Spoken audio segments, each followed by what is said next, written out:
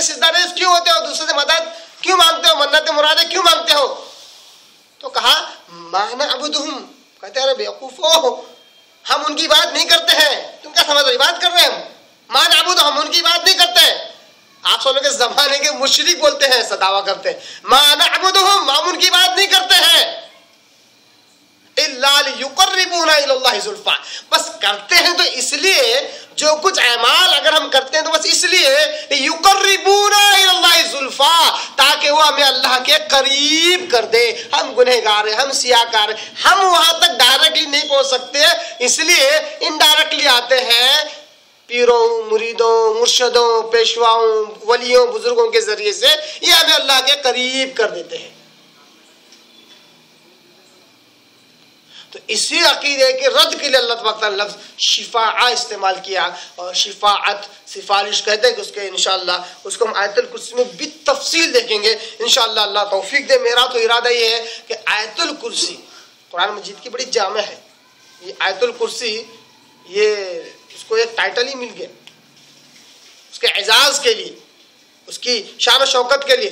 تو میں نے انشاءاللہ ارادہ کیا کہ آیت الکرسی کے ایک ایک ٹکڑے کو ایک ایک درس لیں گے انشاءاللہ بالتفصیل. اگر ہم نے زندگی میں صرف آیت الکرسی سمجھی توحید کی جاننے کے لیے تو میں سمجھتا ہوں کافی ہو جائے گا انشاءاللہ. تو ایک ایک لفظ کو، ایک ایک ٹکڑے کو، ایک ایک آیت کو بالتفصیل ہم سنیں گے آیت الکرسی پر. اگر میں کہوں اگر 20 دروس ہو جائے تو کوئی حرج نہیں، توحید ہمارے دل و دماغ میں رچ بس جائے گی، ہماری سوچ میں رچ بس جائے گی. اللہ کی توحید ہمیں سمجھ میں آئے گی. آیت الکرسی اتنی جامع ہے. اللہ نے خود، آپ صلی اللہ علیہ وسلم نے خود اس آیت کی بڑی تعریف کی ہے، بہت تعریف کی. اتنے فضائل آیت الکرسی کے کہ میں کیا بیان کروں. تو شفاعت کا صحیح معنی و مفہوم انشاءاللہ ہم آیت الکرسی کے اندر دیکھیں گے. پھر لوگ یہاں شفاعت سے مراد یہودی، عیسائی، کفار و مشرکین کا جو عقیدہ تھا، اللہ تعالیٰ اس کو رد کرتا ہے اور کہتا ہے کہ ایسی کوئی سفارش، ایسا کوئی دباؤ اللہ پر نہیں ڈال سکتا اپنے اثر اور رسوخ کا. آج بہت سارے مسلمان ہیں جو ایسی تو شفاعت نہیں مانتے ہیں مگر پھر بھی اللہ پر دباؤ ڈالتے رہتے ہیں دعاؤں میں بھی. اے اللہ فلاں کا نام لے لیا، اب تو دعا قبول کرنا پڑے گا. اللہ پر فلاں کا، ان کا نام لے سے اللہ دعا قبول کرے. اللہ پر ایسا کوئی دباؤ نہیں ہے. بہت سارے لوگ عربی کے ایک لفظ کا بڑا عجیب و غریب ترجمہ کرتے ہیں جبکہ وہ لفظ ہی غلط ہے. بحق محمد، کیا کہتے ہیں؟ محمد صلی اللہ علیہ وسلم کا جو حق ہے نا اس کی وجہ سے دعا قبول کر. محمد صلی اللہ علیہ وسلم کا جو وسیلہ ہے نا اس کی وجہ سے ہمارا دعا قبول کر. محمد صلی اللہ علیہ وسلم کے صدقے طفل میں ہمارا دعا قبول کر. اللہ تبارک تعالیٰ پر کسی کا کیسے دباؤ ہو سکتا ہے؟ اللہ چاہے تو دعا قبول کرے، چاہے تمہاری دعا رد کرے. جب آپ صلی اللہ علیہ وسلم کی اللہ تعالیٰ دعا رد کر سکتا ہے تو ہم اور آپ کیا چیز ہے؟ آپ صلی اللہ علیہ وسلم نے قرآن مجید اس بات پر گواہ ہے. آپ صلی اللہ علیہ وسلم نے اللہ تبارک تعالیٰ سے 3 دعائیں مانگی. اللہ نے آیت نازل کی، کہا کہ محمد صلی اللہ علیہ وسلم میں چاہوں تو تمہاری امت کو آسمانی عذاب سے ہلاک کر دوں. وسلم گڑ گڑائے روئے، اللہ میری امت کو آسمانی عذابوں سے ہلاک نہ کر. اللہ نے قبول کر لیا، اللہ نے قبول کر لیا. پھر اللہ نے کہا کہ اے نبی میں چاہوں تو تمہاری امت کو زمینی عذاب سے ہلاک کر دوں،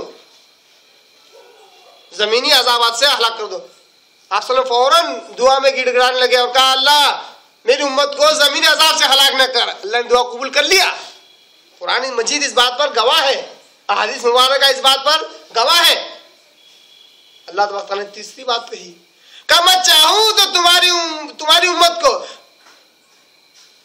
یوذی کا بعضہم ببعض، میں چاہوں تو تمہاری امت کو ایک دوسرے سے لڑا کر عذاب کا مزار چکھاؤں. کیا کہا اللہ نے؟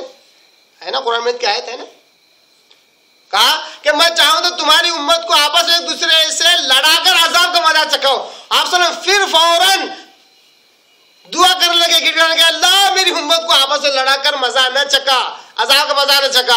اللہ نے رد کر دیا، نہیں یہ تمہاری دعا قبول نہیں کروں گا میں، یہ تو ہونے ہی والا ہے. جب نبی کی دعا اللہ تعالیٰ رد کر سکتا ہے، اس کی مرضی ایسی ہے، اس کی شان شوکت ایسی ہے، ہم نے اس کو جانا ہی نہیں ہے. ہاں بڑی پیاری آیت دل کو چھو گئی، یاد آئی سورہ انعام کی آیت، وَمَا قَدْرُ اللَّهَ حَقَّ قَدْرِهِ، کہا اللہ نے مشرکین کی طرف وَمَا قَدْرُ اللَّهَ حَقَّ قَدْرِهِ، اللہ کی جس طرح قدر انہیں پہچاننی چاہیے تھی پہچانی نہیں انہوں نے. اللہ کا جو مرتبہ، جو شان ہے، جو شوکت اللہ کا ہے، جو